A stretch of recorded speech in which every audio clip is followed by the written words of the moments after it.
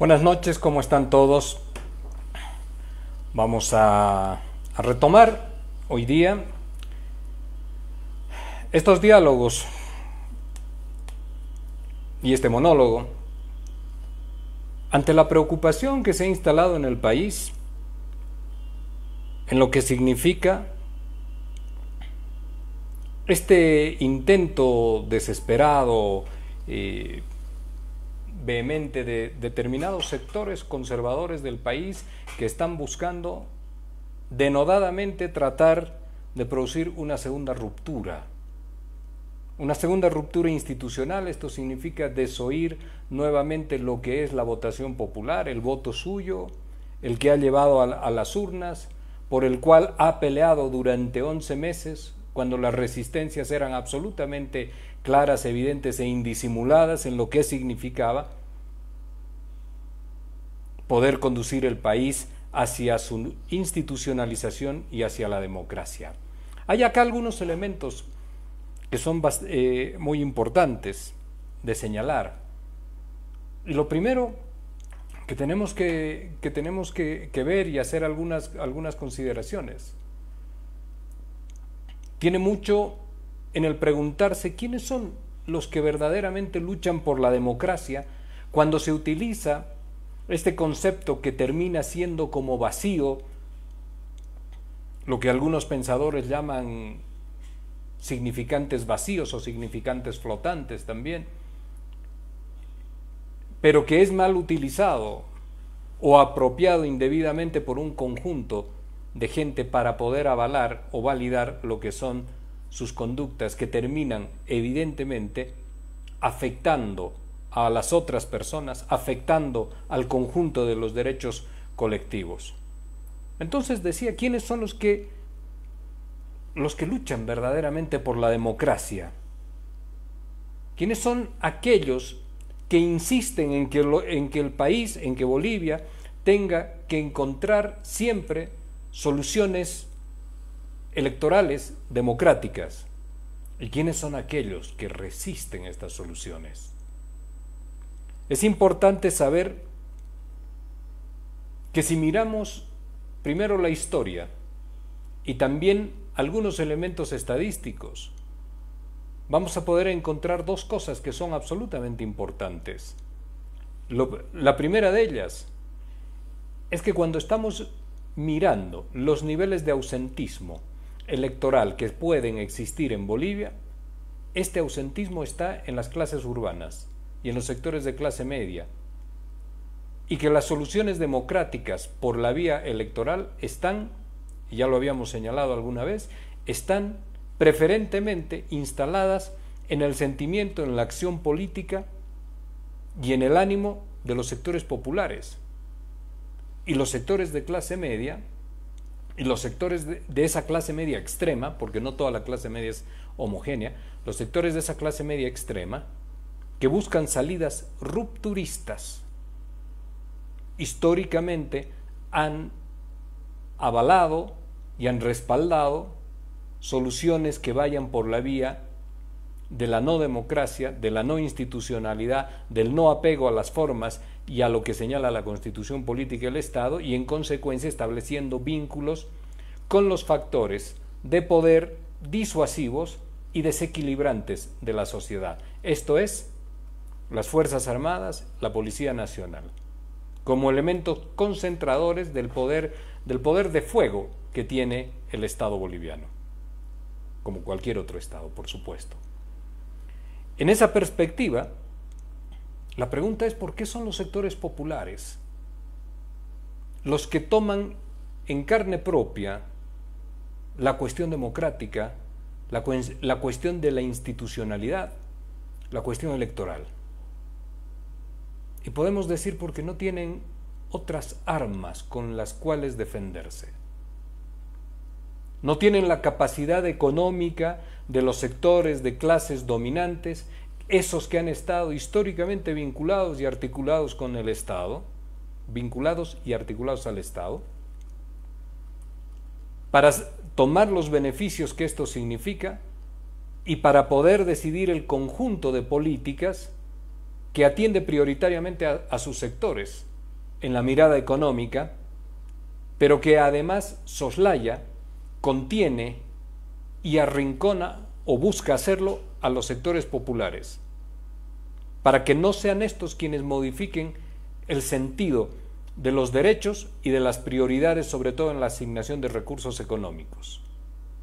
Entonces, cuando decimos esto, rápidamente se incorpora a nuestra memoria lo que ha significado en esta pandemia ese criterio absolutamente mercantilista defendido desde este gobierno y su reticencia a poder aceptar que las entidades de salud privada puedan atender a los bolivianos que caían enfermos o contagiados o requerían medicamentos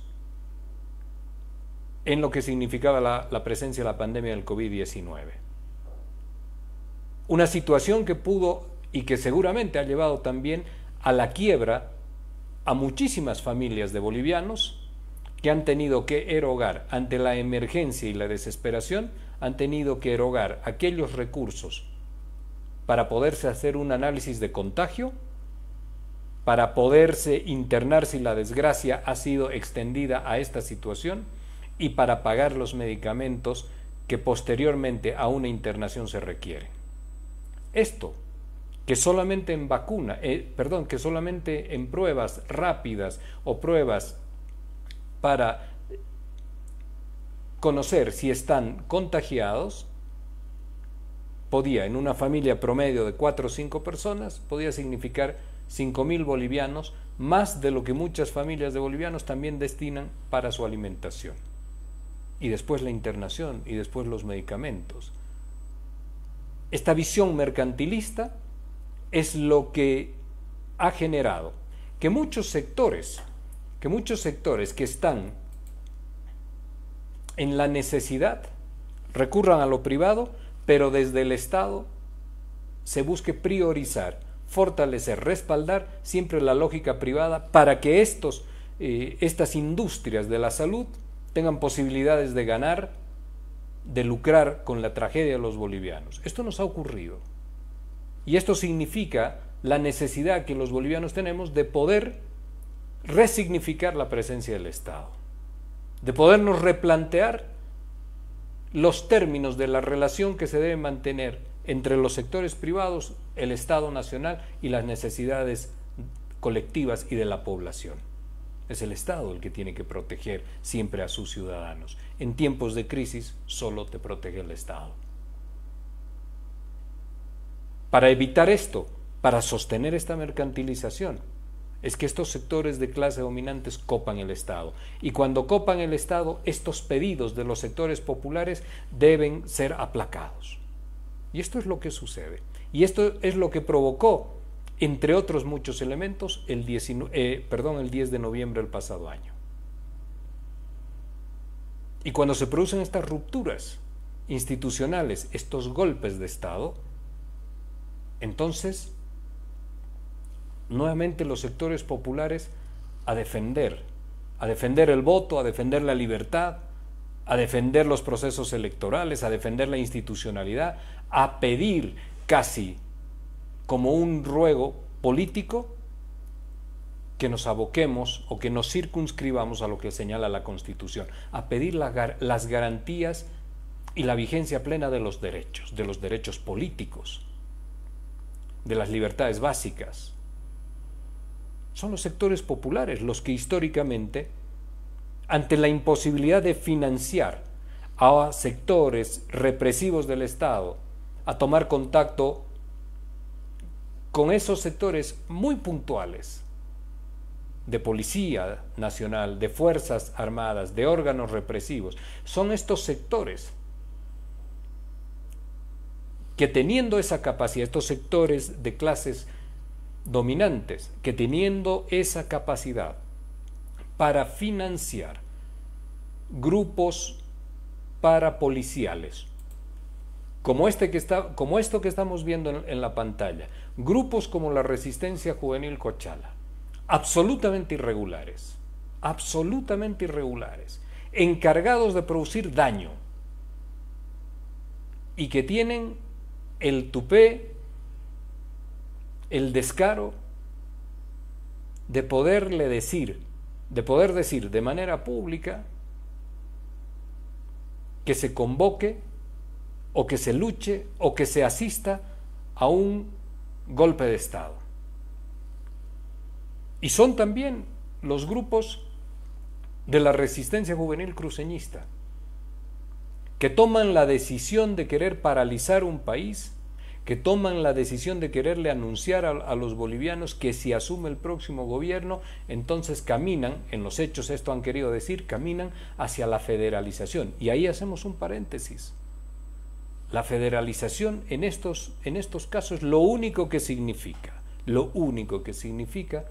es el intento de determinados grupos de mantener sus privilegios político-económicos desde el Estado, así sea desde un pequeño Estado, que sería el Estado federal. Pero en estos departamentos hay muchísima otra población que no accede a estos privilegios, que no es parte de estos privilegios, que no está estructurada en estas organizaciones de poder secreto que le dan la espalda a la gente, la asisten con algunas concesiones pequeñas, pero que mantienen estructuras económicas de las cuales generacionalmente se vienen sirviendo. Estos sectores, entonces, cerrando ese paréntesis, estos sectores de las clases dominantes que no luchan por la democracia, que le dan la espalda a la democracia, que son rupturistas, que no quieren los procesos de institucionalidad democrática que se ejercitan a través del voto popular, que pueden cuestionar a una población que ha tomado con su voto una decisión de carácter contundente. Estos sectores tienen la posibilidad de financiar a grupos irregulares, a sectores específicos y puntuales de las Fuerzas Armadas, y pueden desestabilizar el país. Y financian pedidos, ejercicios, además de carácter económico, social, de movilizaciones, para que ustedes puedan ver escenas como esta, donde tenemos a bolivianos pidiendo que las Fuerzas Armadas tomen el poder, ejerciten un gobierno de transición y puedan gobernar hasta que se realicen otras elecciones. ¿Elecciones de qué características? Unas elecciones donde únicamente serán válidas y reconocidas en la medida en que sus representantes puedan ganar y les aseguren nuevamente este conjunto de privilegios. Y les aseguren además que esos otros salvajes, indios, campesinos, gente a la que evidentemente desprecian, no tengan una acción decidida en lo que significa la administración del Estado. Pero es más, que adicionalmente puedan estar invisibilizados. Y esto no es la construcción de una sociedad, no es la construcción de un Estado. Las articulaciones sociales de los sectores populares, de los sectores desprotegidos, de los estratos inferiores en la pirámide social, del sustrato base, si usted quiere, entienden que el único medio de lucha para alcanzar un equilibrio social y político son las movilizaciones por la lucha, las movilizaciones de la lucha por la democracia. Son las movilizaciones que exigen soluciones donde el arma que tienen ellos es su voto y su libertad de expresar a quién quieren que los gobierne. Y uno puede decir en algunos momentos, como se escucha, que no se puede hacer nada porque ellos, cuando ellos encierra una fuerte carga de desprecio, una fuerte carga peyorativa, de molestia, y el ellos representa una multitud que no les permite gobernar el Estado o volver al gobierno del Estado como lo anhelan, como lo añoran, como sus ansiedades políticas se lo piden, como creen que además les corresponde por ley natural. Cuando los sectores populares se movilizan para buscar este equilibrio social y político y pedir democracia y pedir institucionalidad, cuando buscan que el poder no se desequilibre en favor de un sector que después reprime, que después conculca derechos, que es absolutamente segregacionista. Cuando esta preservación del poder genera tensiones por parte de los sectores de clase dominante, tensiones que no son democráticas, entonces se producen hechos de ruptura, y es acá donde los sectores populares plantean soluciones que puedan terminar siendo por la vía democrática. Lo que estoy queriendo señalar es que en esta reflexión podemos mirar que lo que significó el pasado año el movimiento de las pititas, que ahora en varias ciudades se ha vuelto a replicar nuevamente con cortes de avenidas, con cortes de ruta, con bloqueos, para desconocer un resultado electoral, para peticionar una auditoría, como si estuviéramos hablando de apenas unos decimales en lo que significan las diferencias que ha dado a conocer el Tribunal Supremo Electoral, como si los informes del Tribunal Supremo Electoral no estuvieran avalados por un conjunto de observadores internacionales, y no estoy haciendo referencia al aval que también ha otorgado la Organización de Estados Americanos, porque este organismo se ha constituido en un antecedente funesto para la democracia boliviana, para la institucionalidad boliviana, y también de consecuencias extendidas en el tiempo como las que estamos viviendo ahora.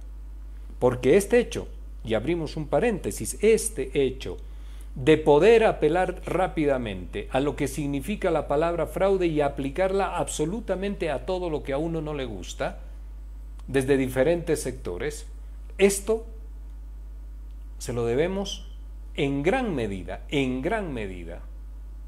con un alto porcentaje de responsabilidad a la Organización de Estados Americanos, a su secretario general, que no tuvo contemplación alguna en pulverizar la institucionalidad democrática y la institucionalidad electoral de Bolivia. Esto que estamos diciendo ahora lo habíamos dicho en noviembre del pasado año. Van a producirle un daño enorme a Bolivia, y por eso había que revisar en aquel momento una por una las actas, para poder conocer el resultado de lo que había ocurrido en el 2019, aquel 20 de octubre, y no tener la duda y el interrogante instalado a perpetuidad sobre lo que significan nuestros procesos electorales. Y quienes denunciaron el fraude no lo quisieron hacer. Y quienes denunciaron el fraude, como ahora, no han presentado ni una sola impugnación. Ni una sola impugnación. El 23 de octubre, hacia el final del día,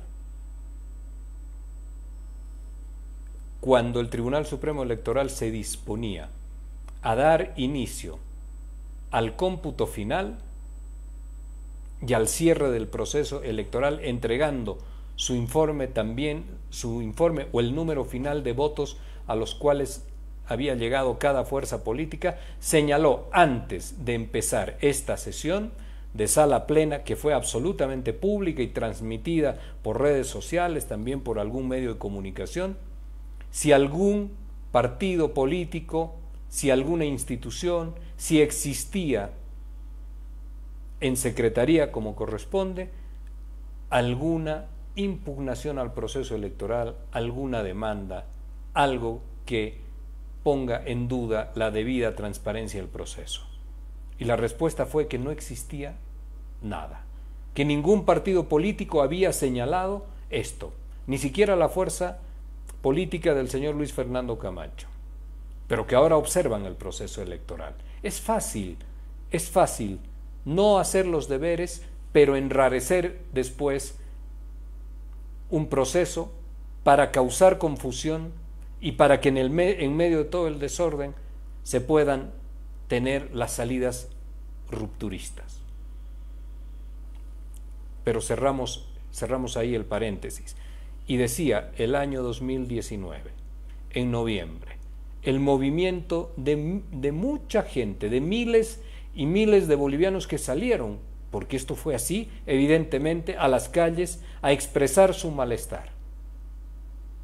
Que muchos de ellos, posiblemente una mayoría, lo pueden haber hecho de forma genuina y espontánea. Pero también está claro que el retorno, hoy en día, utilizando la misma simbología de las pititas, hoy en día con una conducta absolutamente antidemocrática, de no reconocimiento del proceso electoral, de no reconocimiento de los resultados y de volver a querer instalar y replicar lo que significa la palabra fraude, está convirtiendo al movimiento de los pititas, los está convirtiendo en un movimiento que devino finalmente en el transcurso del tiempo, ante la no consecución de los objetivos de forma permanente y ante el rechazo electoral, como puesto en la figura del señor Mesa y en la figura del señor Camacho, como opción electoral válida para gobernar este país, los está reduciendo a un sector antidemocrático y con fuertes impulsos golpistas. Hay que ser absolutamente claro en algo. Hay que ser absolutamente claro en algo. El no querer reconocer los resultados, el querer invalidar con diversos argumentos carentes de fuerza argumentativa, carentes de conocimientos puntuales y específicos que la ley y la norma señalan, pero además despreciando lo que hemos reiteradamente hablando y que reiteradamente también lo han señalado muchos de los voceros, de los analistas y de los políticos y de los medios de comunicación afines a este movimiento, cuando decían se requiere un gobierno que tenga la suficiente legitimidad. ¿Qué es la legitimidad entonces?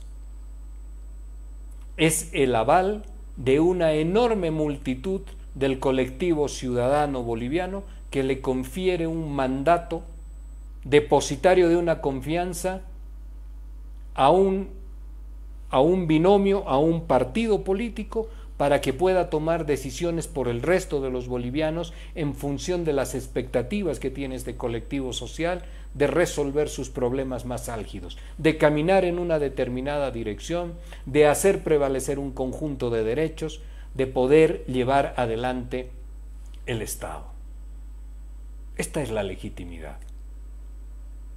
Y ahora resulta que otros sectores, estos sectores sobre todo vinculados al movimiento pitita, que están ahora pidiendo que no se reconozcan las elecciones, que después de haber hecho una intensa campaña, en muchos casos de agravios también contra el otro, contra el que es diferente en apellido, en piel, en origen, diferente de ellos, diferente de los sectores urbanos. Después de todo aquello, al no ver reflejado en el proceso electoral, con los números debidos, su ansiedad política, entonces la tarea es enfrentar a los bolivianos aún más. Entonces la tarea es enfrentar a los bolivianos aún más. Y volvemos acá al principio. Los sectores conservadores, agrupados en sus clases dominantes, tienen una capacidad económica y los credenciales civilizatorios institucionales que los habilitan y posibilitan aplacar las interpelaciones que se generan a esa sociedad de privilegios que han construido. Esto es lo que hacen estos sectores dominantes extremos. Pero esto que acabo de señalar, que pretender acreditar estos credenciales supuestamente civilizatorios, institucionales, correspondientes, que la otra clase no los tiene, porque la miran con desprecio. Estos credenciales no son bajo ninguna circunstancia democráticos. No se ve a estos sectores luchando por mayor institucionalidad y por mayor libertad y por mayor igualdad. Esto es lo que hemos podido observar de manera contundente en agosto. La diferencia entre las movilizaciones de hoy, de octubre de 2020, y las movilizaciones de agosto de 2020 son sustanciales. En agosto se pedía una fecha para las elecciones. Hoy día se está pidiendo que se anule el voto popular, que no se reconozcan los resultados, que se desconozca a su vez una votación extraordinariamente mayoritaria. Entonces acá de pronto es importante mirar cómo los bolivianos podemos lograr y conducir el país hacia la convivencia de dos formas de mirar la democracia, pero fundamentalmente de respeto a lo que designa la mayoría cuando se trata de un proceso electoral. Hoy existe un proceso de conciencia popular que se ha generado a partir de la acumulación histórica de demandas de participación social, popular, de ese conjunto de peticiones inatendidas que durante todo el tiempo liberal los gobiernos negaban sistemáticamente a los sectores sociales. No hay posibilidades de retornar a esto. No existen posibilidades de retornar a esto. Esos modelos han terminado. Ese modelo ha terminado. Este es la etapa histórica de la complementariedad social.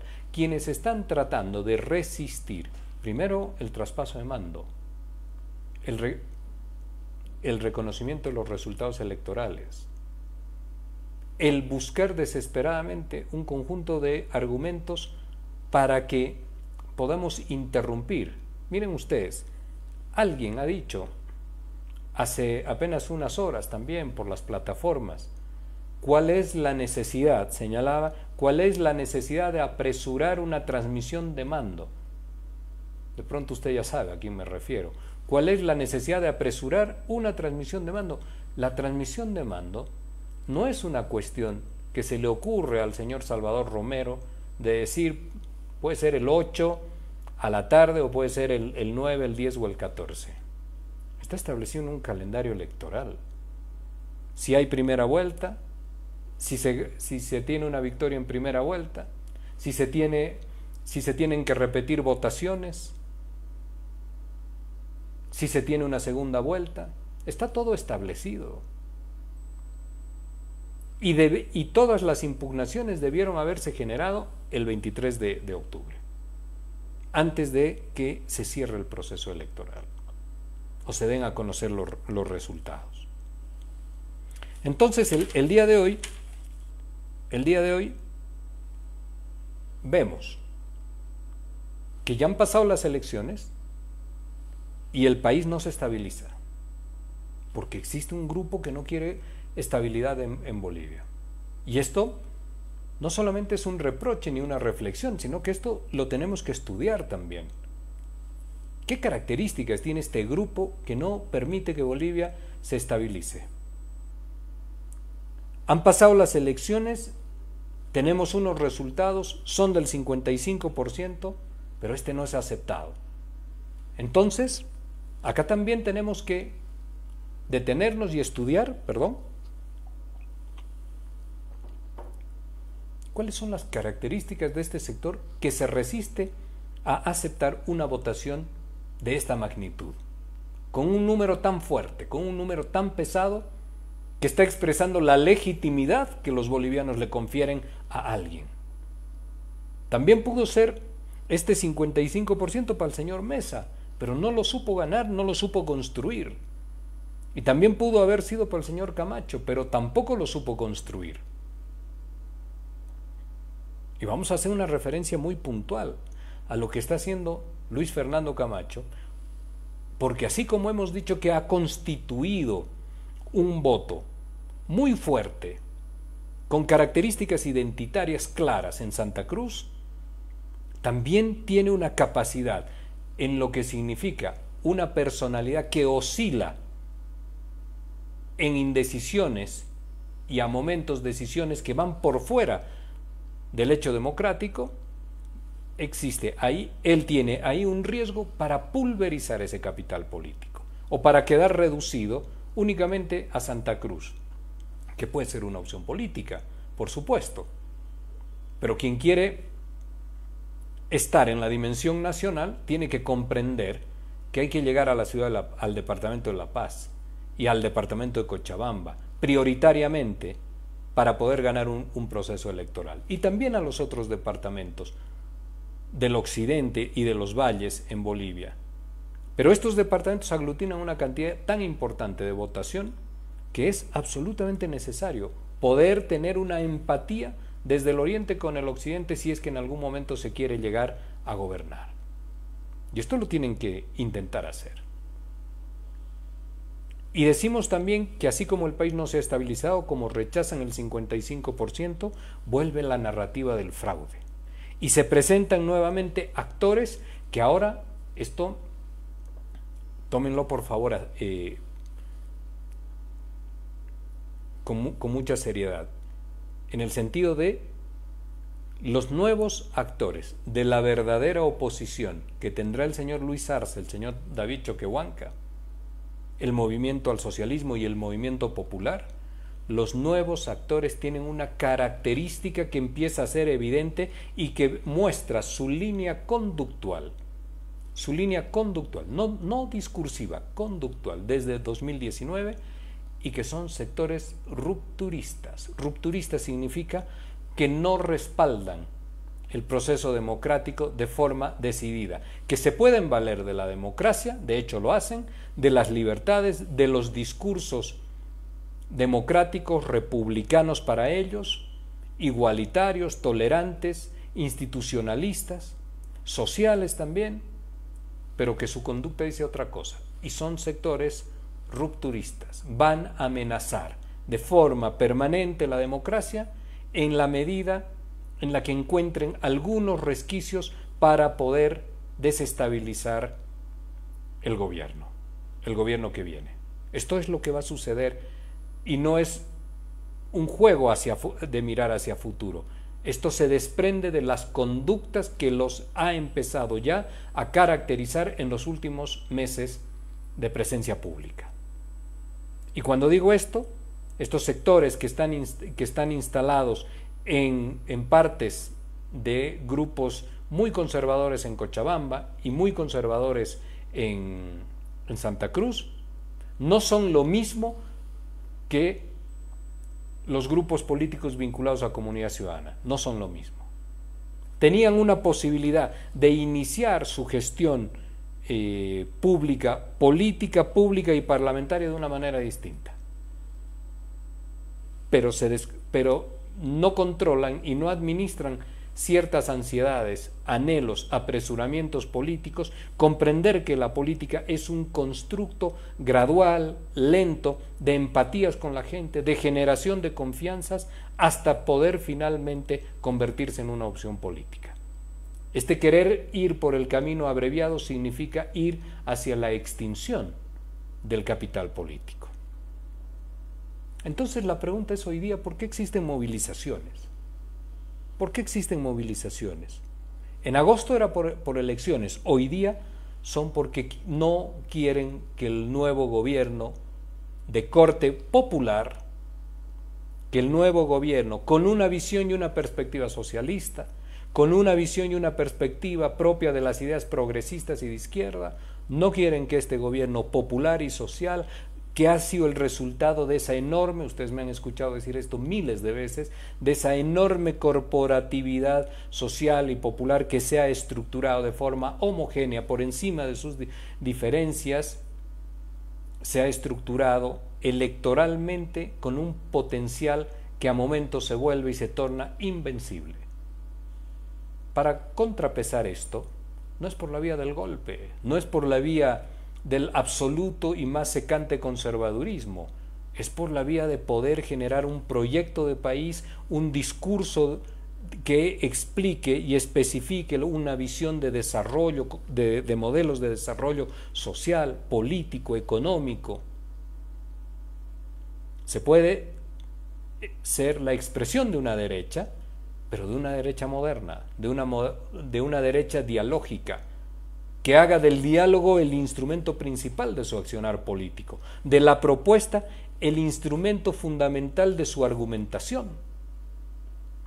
Pero solamente el adjetivo, el insulto y el peyorizar a sectores sociales o las asociaciones negativas de un grupo político, de un conjunto o de un estamento de nuestra sociedad, con todo aquello malo, asociaciones negativas, digo, con todo aquello malo que produce una sociedad, no tiene resultado.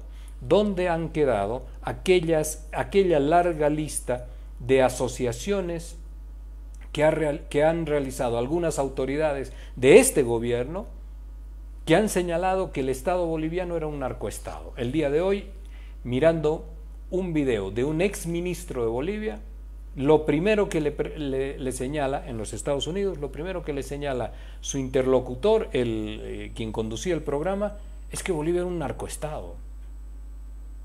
Y esto, a quienes de verdad y en forma sincera sentimos la patria, sentimos a Bolivia, esto molesta profundamente.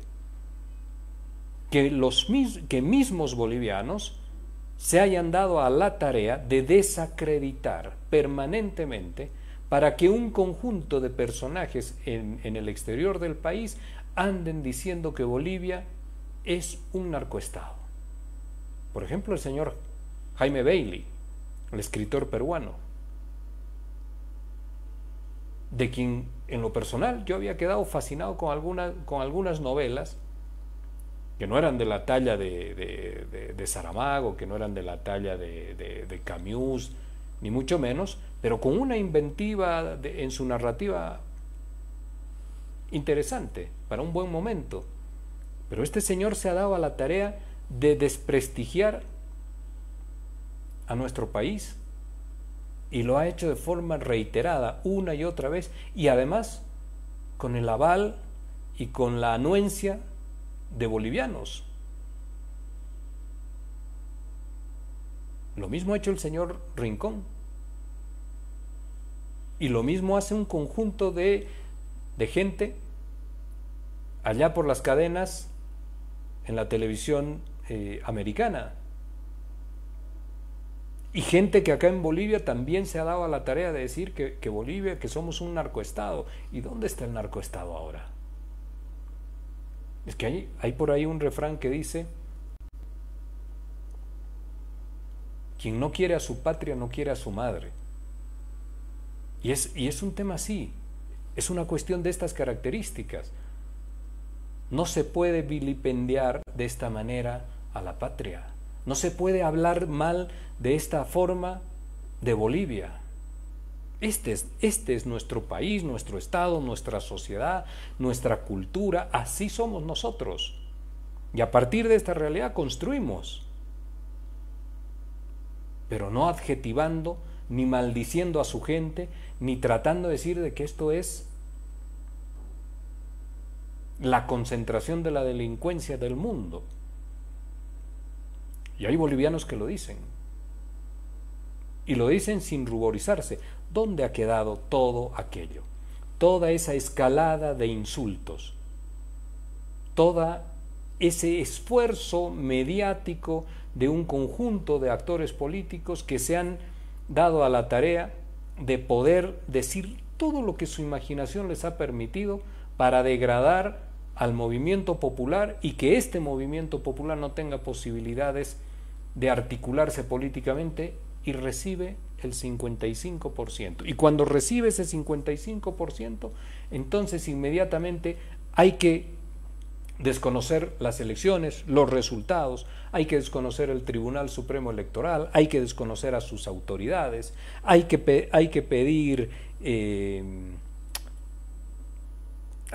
una auditoría rápida para ver si pueden articular con un organismo que están dado a estas cosas como la OEA, algo que les permita tener todavía un hálito más de esperanza de que este proceso lo pueden poner en punto cero.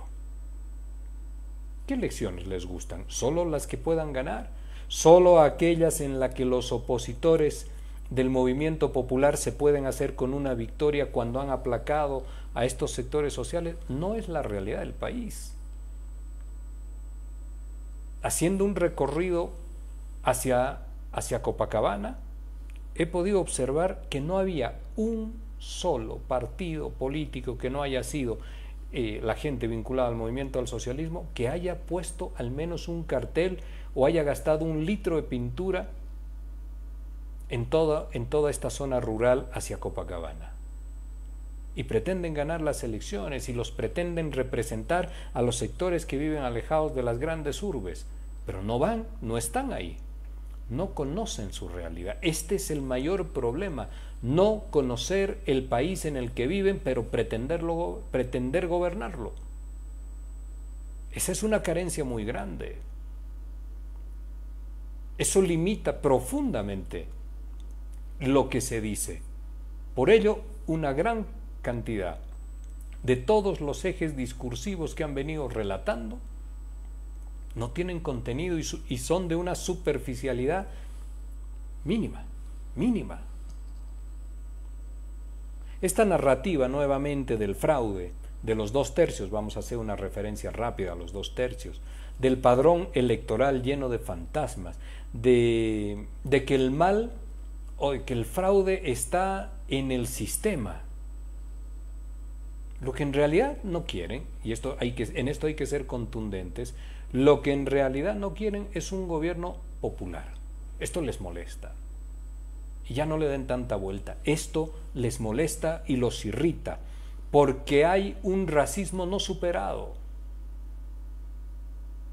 Hay un racismo que cada vez que uno recuerda y se los plantea como un eje fundamental del análisis político, causa irritabilidad, pero no tienen la capacidad de desagregarlo para conocer, para proponer soluciones y para mirar cuáles son verdaderamente los elementos que tenemos como factor de criticidad irresuelto y sobre los cuales podemos plantear soluciones para avanzar. Hay una mirada de racialidad extrema en las relaciones entre los sectores sociales en Bolivia. Entonces rechazan el proceso electoral porque no quieren un gobierno de corte popular. Les molesta, les irrita, les incomoda, pero esta es nuestra realidad. Nosotros no somos la Argentina, que resolvió de mala manera lo que significaban los sectores aborígenes, exterminándolos. Nosotros somos de una pluralidad inmensa, muy diversos en lo étnico y en lo racial. Y si no tomamos este elemento en cuenta, para los procesos electorales también significa que, señores, no comprenden. Pero sí pueden desestabilizar el país, aunque no comprendan de qué está hecho este proceso electoral que hemos vivido, exactamente igual que el proceso electoral del 2019. Cuando digo exactamente igual, no hablo de las proporciones de los porcentajes obtenidos, sino del por qué se daban determinadas votaciones. Conozcan el país para poder aventurarse a intentar gobernarlo. Quiero señalar rápidamente qué significa esto del fraude y les voy a dar solo 2 elementos, porque las argumentaciones, así como han crecido unos días, ya están y no han tenido pausa ni siquiera en sábado, en domingo, en lunes feriado, ya están empezando a decaer en su intensidad porque no tienen consistencia.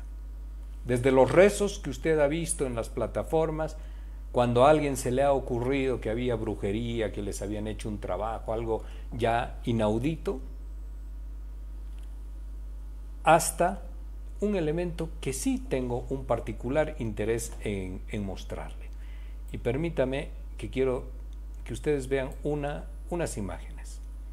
El año pasado, el 2019, la Organización de Estados Americanos dijo, cuando faltaba, esto está en el informe de la Organización de Estados Americanos, y dicen, para quienes lo quieran buscar, entre la página 87 y la página 93, cuando faltaba un 5% de cómputo, el movimiento al socialismo inexplicablemente recibe alrededor de 120.000 votos. Y esto terminó generando los puntos suficientes para que la candidatura del entonces candidato, el señor Morales, pueda tener los votos necesarios para evitar la segunda vuelta. Y esto era absolutamente improbable, dijo la Organización de Estados Americanos. Pues bien, entonces yo quiero que ustedes vean esto. De pronto no se tiene la claridad suficiente que quisiéramos, pero acá este es un acta cuando faltan cerca del 5% también para el cómputo de las actas del proceso electoral 2020, del proceso electoral 2020. Entonces tuve el tiempo de esperar el cómputo de ese 5%. ¿Y qué es lo que sucede? Este año, el 2020, sucede lo siguiente. Ya prácticamente al 100%, o sea, 99.29%, podemos encontrar que ahí el movimiento al socialismo este año ha recibido en ese último conteo de 5 puntos porcentuales, todavía ni siquiera son 5, es 4 y algo, todavía es algo menos que lo que señalaban con entusiasmo como la revelación que habían logrado encontrar la gente de la Organización de Estados Americanos. El movimiento al socialismo recibió 160.000 votos. 160.000 votos. Esto es verdaderamente revelador. Esto es revelador. Más votos que el año pasado, se puede entender porque la votación del señor Arce y del señor Choquehuanca alcanza el 51%, el 55%. Pero lo que decían que era imposible es absolutamente posible. Lo hemos tenido este año. Y sobre esto hay alguna gente que revisa y mira las actas por un lado y por el otro para tratar de establecer el fraude o encontrar algún argumento que los valide y que puedan salir y mostrarle a todos de que finalmente han encontrado el mapa que conduce a la riqueza infinita. ¿Han revisado esto también? Está absolutamente claro, porque todavía existe esta narrativa, el fraude del año pasado. Está absolutamente claro que el informe de la OEA se ha despedazado ante la realidad que le han dicho y le han señalado los bolivianos. de manera contundente que acá en Bolivia la gente, los sectores populares, se articulan, se organizan, se estructuran y se alían con un partido político, presentan sus propios candidatos, manejan sus propias lógicas electorales, unifican su criterio, esa unidad que desde los sectores de clase dominante siempre han intentado que no sea posible, y ganan las elecciones.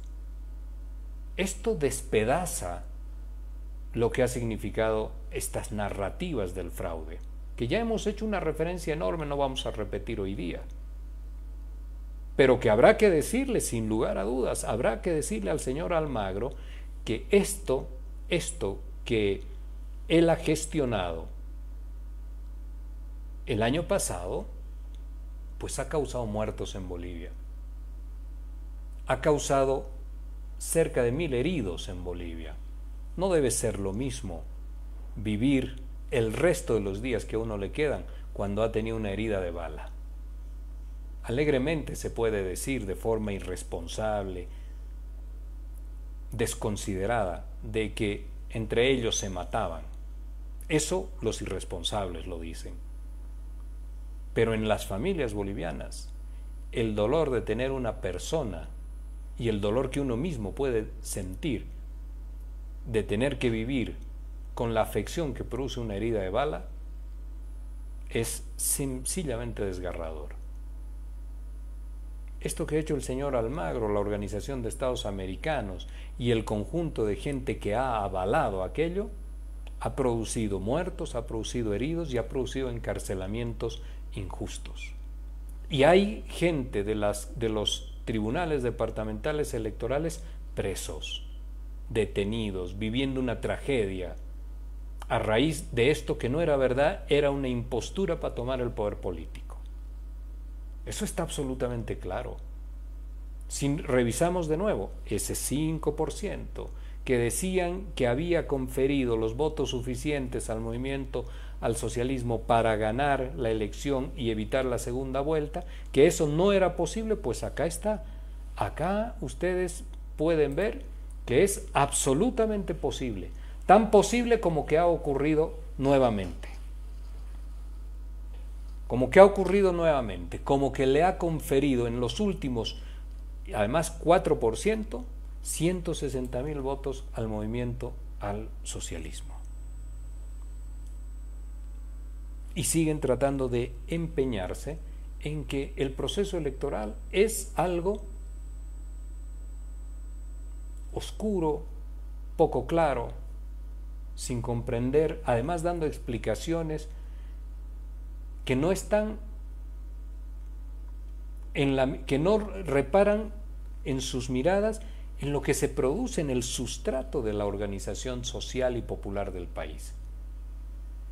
Y entonces, qué fácil que termina siendo cuando alguien dice, sí, yo creo que la gente lo que ha hecho ha votado por esto o por aquello, y le confieren una cantidad de interpretaciones a la votación para poderse arrogar algunas disposiciones o algunas decisiones que justifiquen un proceder que no es democrático.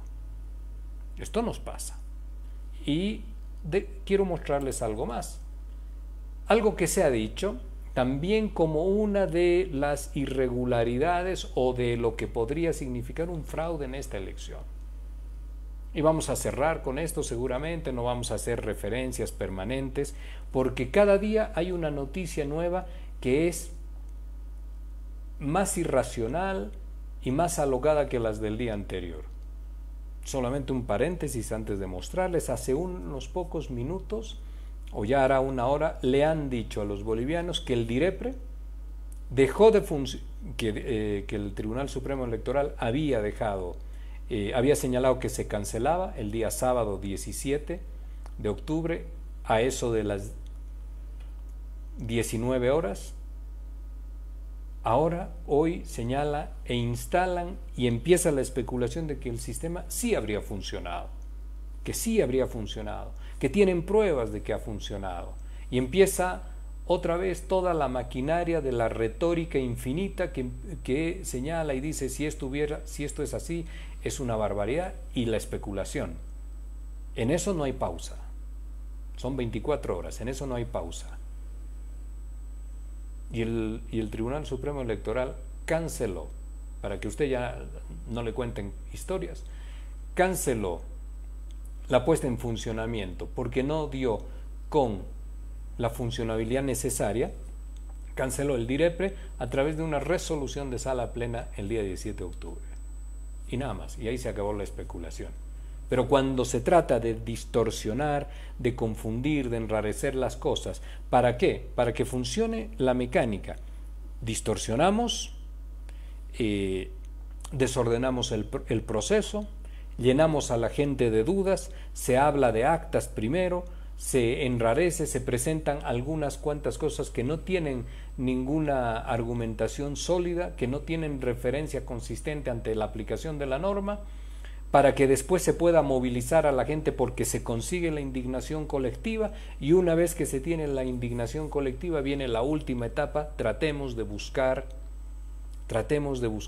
el aval de las Fuerzas Armadas, porque sin Fuerzas Armadas no logran nada, no se logra quebrar el orden institucional,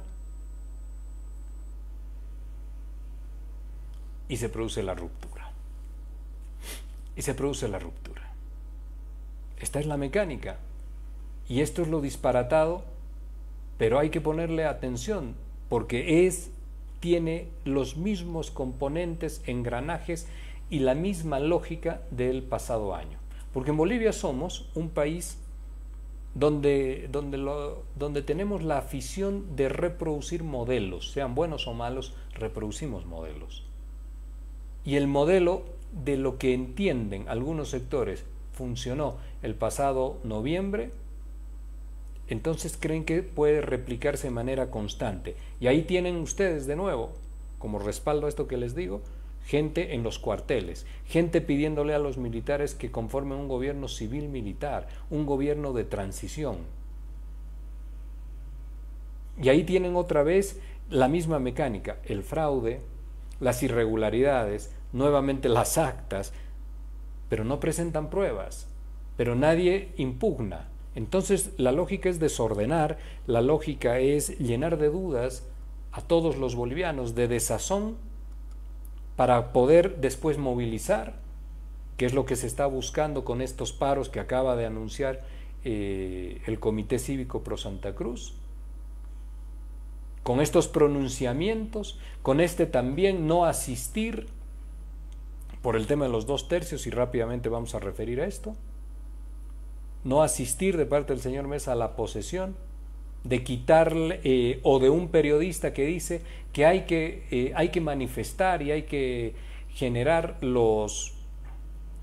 las mayores movilizaciones en cuanto tengamos a los invitados o a las delegaciones que vienen a presenciar o que vienen a la transmisión de mando. Y ahí volvemos a lo mismo: el gusto, las ganas y la no querencia al país, a la patria, a Bolivia, para poder siempre hacer quedar lo nuestro como si fuéramos un país, pero en el extremo de la incivilización. Y no les duele, hay que mostrar que este es un pobre país. Entonces las ideas pasan por esto: cuando vengan de afuera, ahí tenemos que manifestarnos, para que miren esto, como si la gente no pudiera ver hoy en día a través de las redes, a través de los medios de comunicación, todo lo que pasa en el país. Pero hay que abochornar, hay que avergonzar la patria para poder satisfacer sus ansiedades políticas.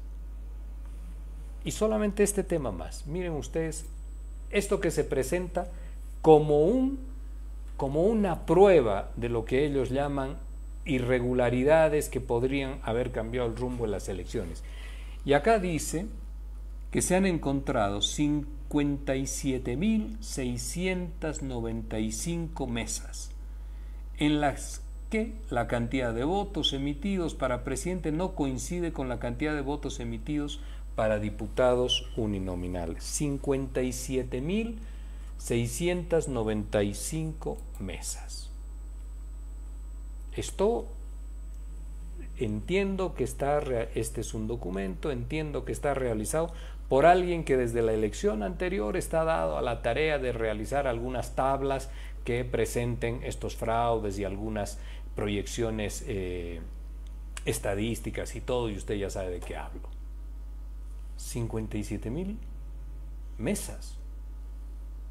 Y esa es una información sacada de dónde. En el país no hay 57.000 mesas, tenemos 35.600 actas, nada más, pero acá hablan de 57.000 mesas. Imagínese usted la magnitud de la irresponsabilidad. Esto ya ni siquiera es de Bolivia entonces, pero se dan a la tarea de poder desprestigiar, ensuciar, enrarecer, desorganizar, crear caos, desordenar el proceso para pasar al acto siguiente. Movilizaciones y bloqueos y pedidos, y después de estas movilizaciones intentar con las Fuerzas Armadas. Esta es la mecánica, ya lo han hecho, y como repetimos modelos en Bolivia, seguramente quieren hacerlo otra vez. 57.695 mesas. Esto no existe en Bolivia. No existe en Bolivia. Tenemos 35.600 actas, que son las mesas, donde usted va y vota. Y nos dicen 57.000 y algo más. 57.695 mesas. ¿De dónde han sacado aquello? Es que no se puede ser tan irresponsable. No se puede tener una mala fe tan acentuada en querer causar un daño expreso a un país a partir de esta información. Y esto ha recorrido todas las redes y medios de comunicación también.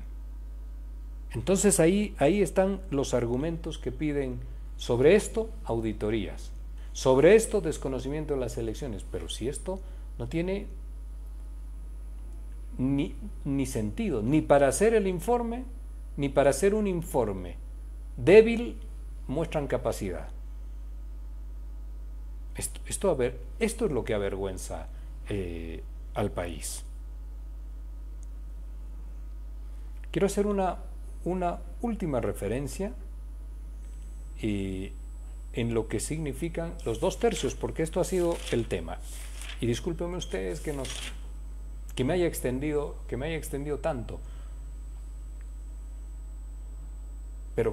pero considero que verdaderamente es necesario que ustedes sepan que todo lo que pero todo, no estoy diciendo que han quedado algunos elementos puntuales, revisando todo lo que han presentado esmeradamente todo este tiempo como fraude, para terminar diciendo ahora que son irregularidades, y ahora ya más diluidos de que únicamente son sospechas, de que la votación ha sido masiva, pero que hay unas irregularidades por ahí que empañan el proceso, cada día con menos fuerza. Era importante que ustedes sepan en sus casas, en sus hogares, que nada, pero de lo que han venido sosteniendo tiene consistencia como fraude, y que esto ha sido la réplica de lo del año pasado.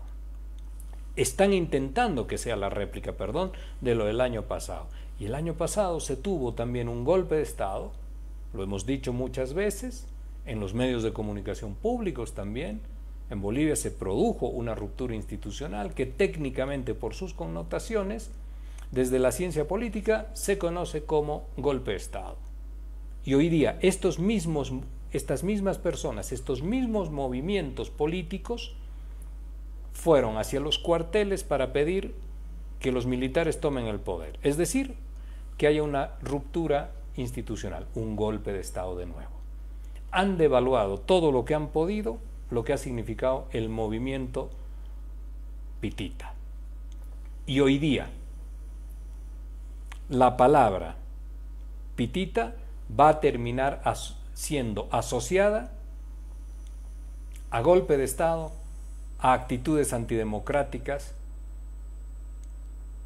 y a conductas de rupturistas. Han logrado de lo que concebían que era una revolución, a degradar un concepto, una palabra, que hoy en día queda asociado con lo execrable que significa estar del lado de un golpe de Estado. Y le quiero decir algo.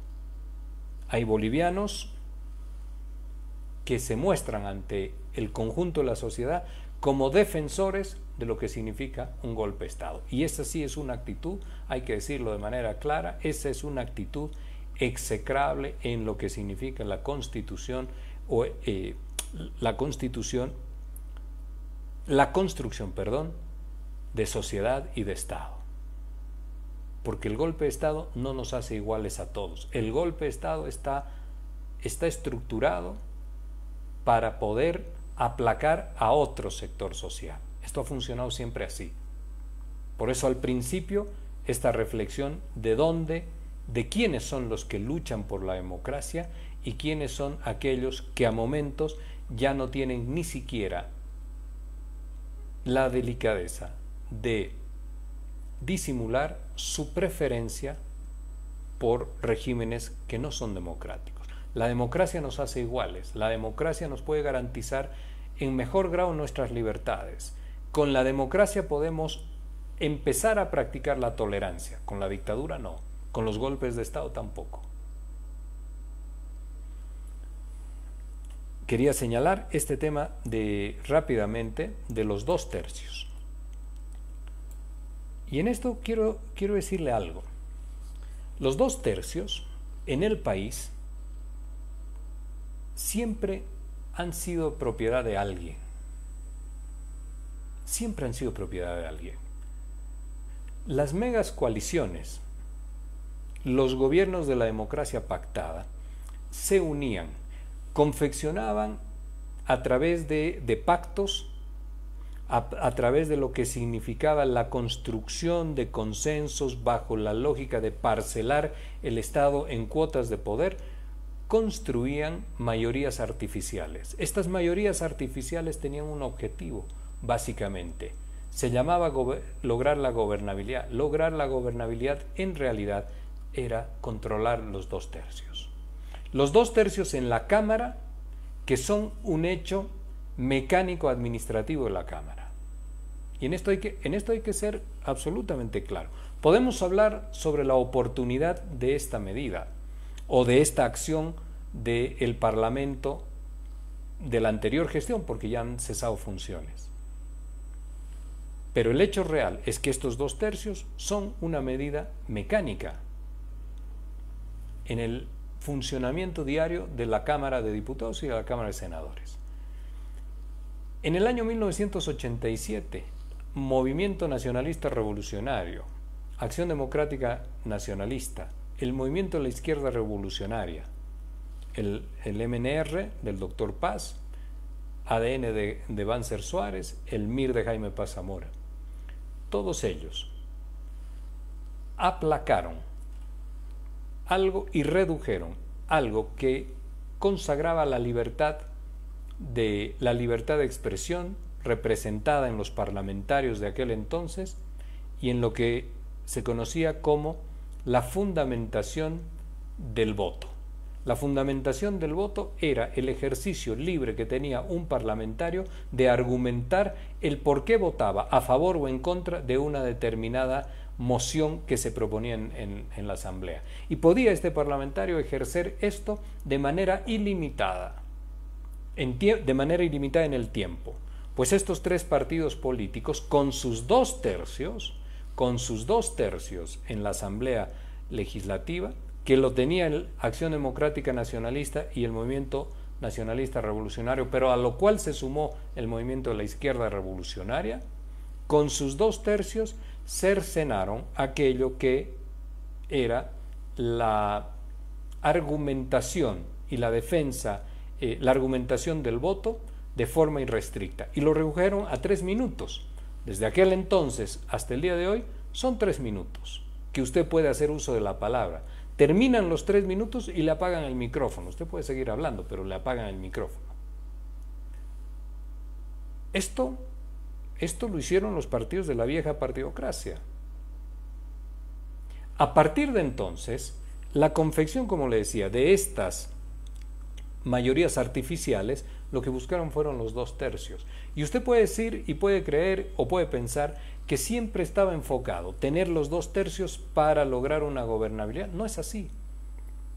Esas mayorías fueron en una infinidad de veces las que lograron impunidad a determinados hechos que afectaban a un gobierno. Le puedo hablar, por ejemplo, del caso Huanchaca, hacia fines de los años 80, que afectó al movimiento nacionalista revolucionario, un caso vinculado de forma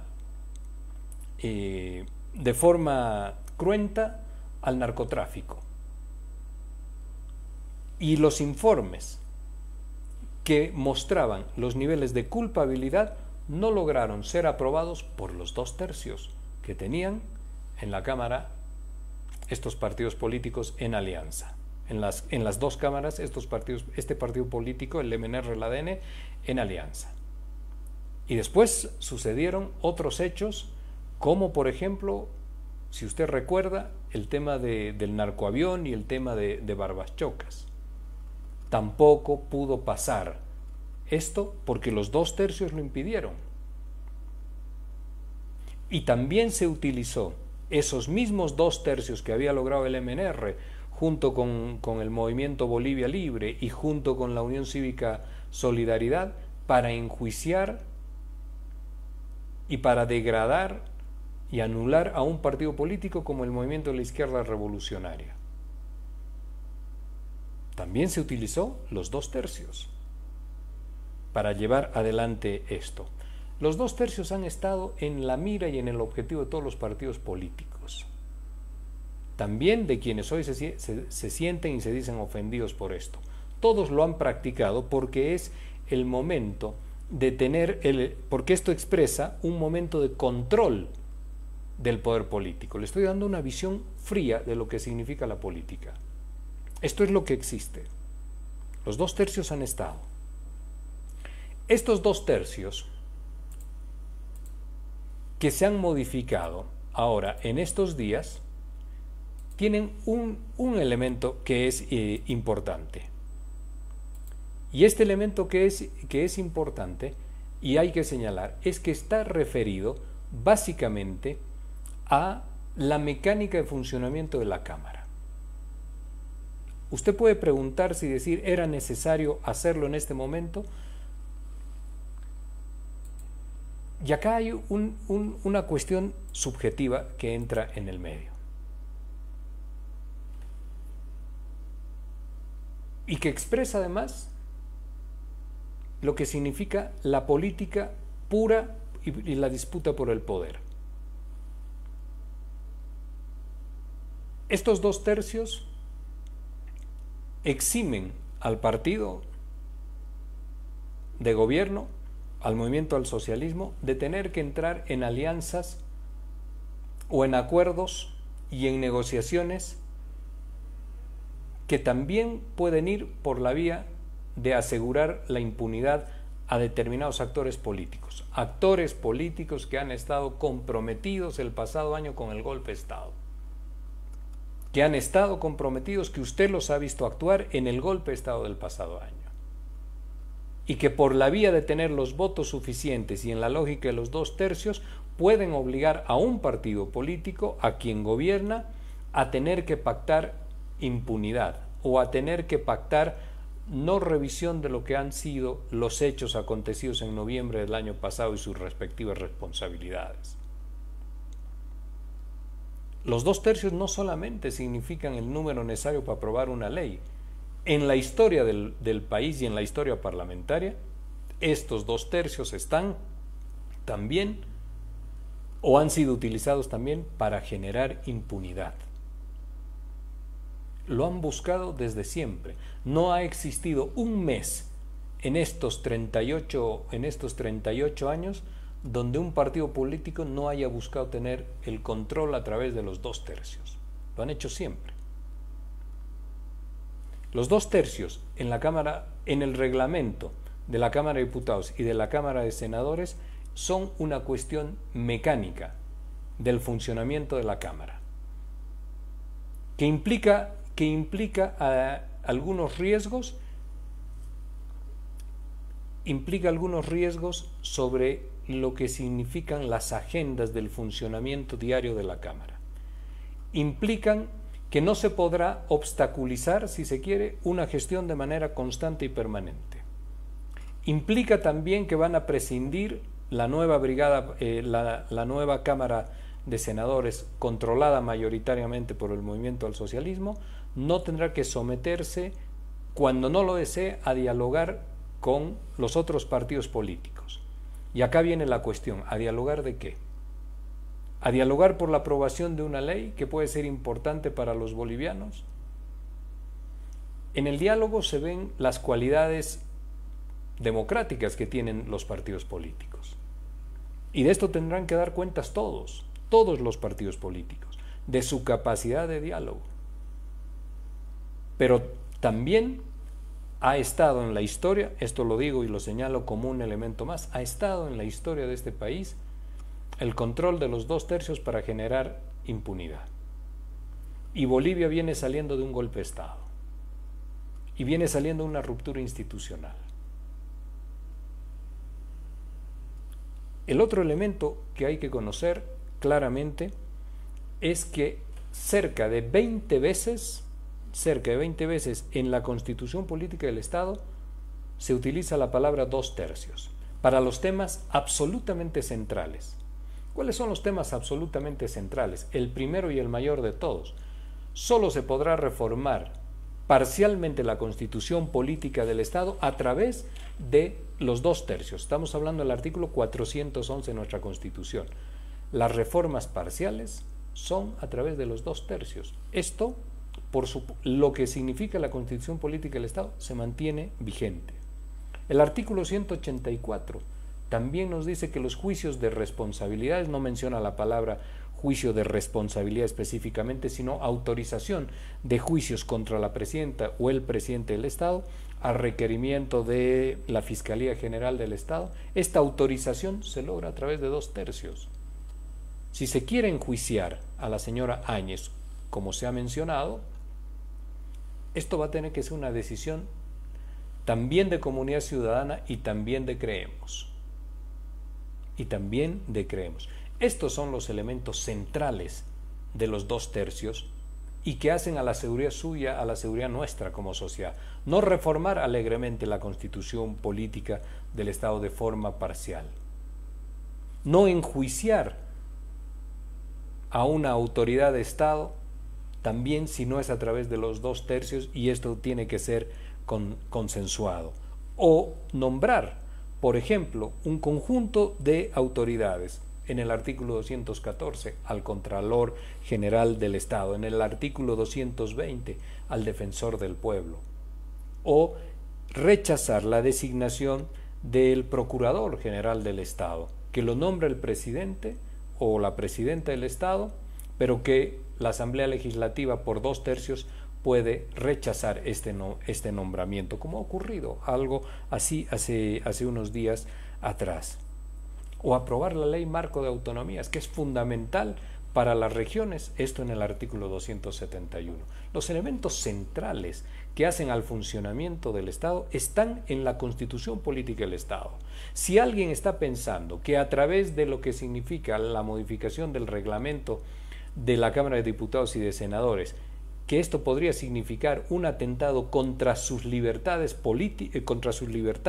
contra sus derechos políticos, esto no es verdad, porque la Constitución Política del Estado lo consagra. Esto está en la Constitución Política del Estado. La Constitución Política del Estado consagra, preserva, cuida y protege los derechos políticos también de quienes, por ejemplo, el pasado año han estado comprometidos en hechos de ruptura institucional. También a ellos los protege. Si leen la Constitución Política del Estado, quienes hoy día están tratando de encontrar el elemento necesario para impedir que se consolide el proceso electoral del 18 de octubre con nuevas autoridades, transmisión de mando y demás,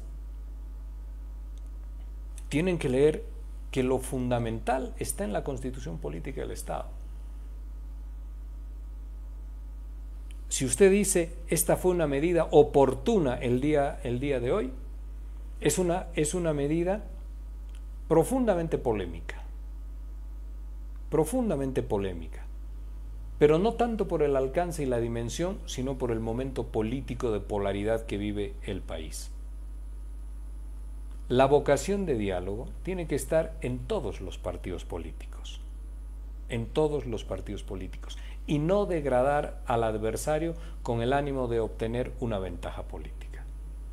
Esto es fundamental comprender. La responsabilidad de la nueva gestión política está por implementar lógicas de diálogo, por implementar acercamiento entre las partes que están confrontadas, por lograr un equilibrio necesario entre lo que significa los derechos colectivos de los bolivianos, lo que señala la norma como orden y como estabilidad social en el país, y lo que significan las peticiones de sectores específicos de la sociedad. Estos tres elementos tienen que lograr un equilibrio. E inclusive los 2/3 ahora pueden ser susceptibles también de entrar a consideración, a discusión, a debate, pero no por ello tenemos que producir una ruptura en el país. Si la lógica es, como había señalado al principio, que siempre será el camino de esta oposición extrema que se está conformando en el país, el camino siempre será la ruptura institucional, pues los bolivianos estamos abriendo una nueva etapa de alto conflicto en el país. Cuando estos momentos se aperturan en un estado y se generan unos niveles de tensión a momentos inmanejables, los resultados nunca son buenos.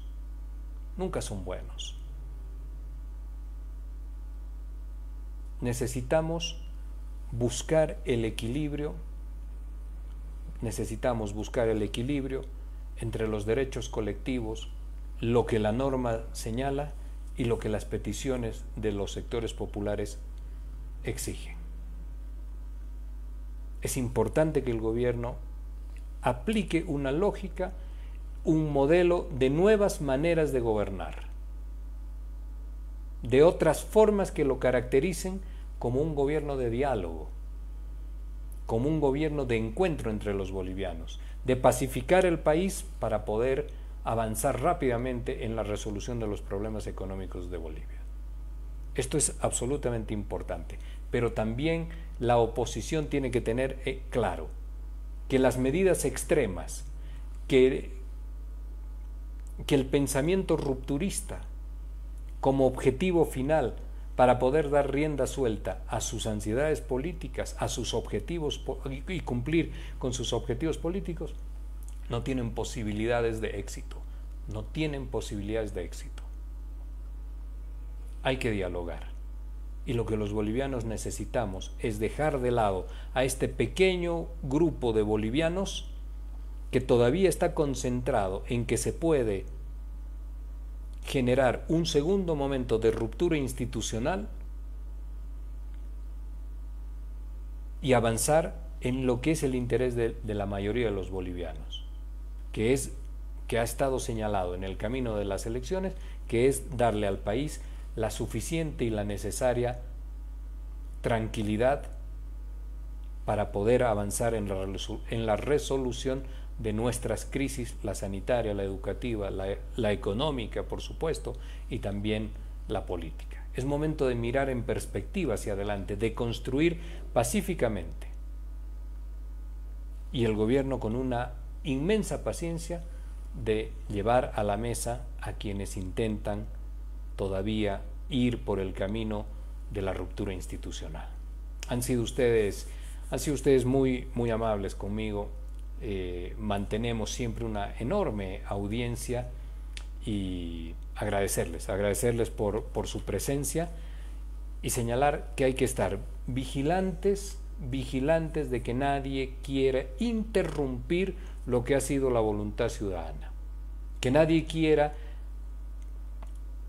pausar ni detener lo que significa el camino hacia la institucionalidad, la democracia, porque esto nos asegura poder hablar de nuevo de igualdad, de tolerancia y hacerlo en libertad. A nadie se le puede ocurrir querer ir por el camino de un golpe de Estado nuevamente, de una interrupción del proceso electoral, porque eso puede terminar desatando una situación incontrolada para los bolivianos que han dicho que quieren vivir en paz y que quieren construir una sociedad entre todos, y que han dado un mandato, como dijimos, con una fuerte legalidad y una fuerte legitimidad fundamentalmente para que las nuevas autoridades tomen decisiones. Estas decisiones tienen que estar en el marco del diálogo, tienen que ser profundamente democráticas, como una muestra de que esta etapa que le toca a un partido en específico, que es el Movimiento al Socialismo, inaugura un momento que será, y que esto lo tienen que percibir los bolivianos, absoluta y profundamente democrático, inclusivo y con complementariedad social. Vamos a estar comunicándonos siempre con ustedes por esta vía cuando observemos que haya momento y necesidad de tener que decir algo. Cuidemos nuestra democracia, no dejemos que algunos que no están convencidos de que la democracia es lo mejor pueda finalmente llenarnos de zozobra, de temor y de miedo. La democracia es más grande que estos sectores. Ustedes son más grandes con su voto y con su decisión que todos aquellos que quieren generar miedo y zozobra entre los bolivianos. Avancemos, hemos logrado mucho con nuestras elecciones, mucho con un proceso tranquilo, mucho también con un momento de tranquilidad, y que ahora alguna gente, como le digo, no institucionalista, negacionista de la democracia, está tratando de echarle un manto de sospecha y de incertidumbre. Merecemos estar en paz, vamos a caminar en paz con el decidido apoyo de todos los bolivianos. Un enorme abrazo para todos ustedes, siempre gracias por estar conmigo y por la tolerancia en el tiempo. Que tengan un buen fin de jornada. Un abrazo para todos.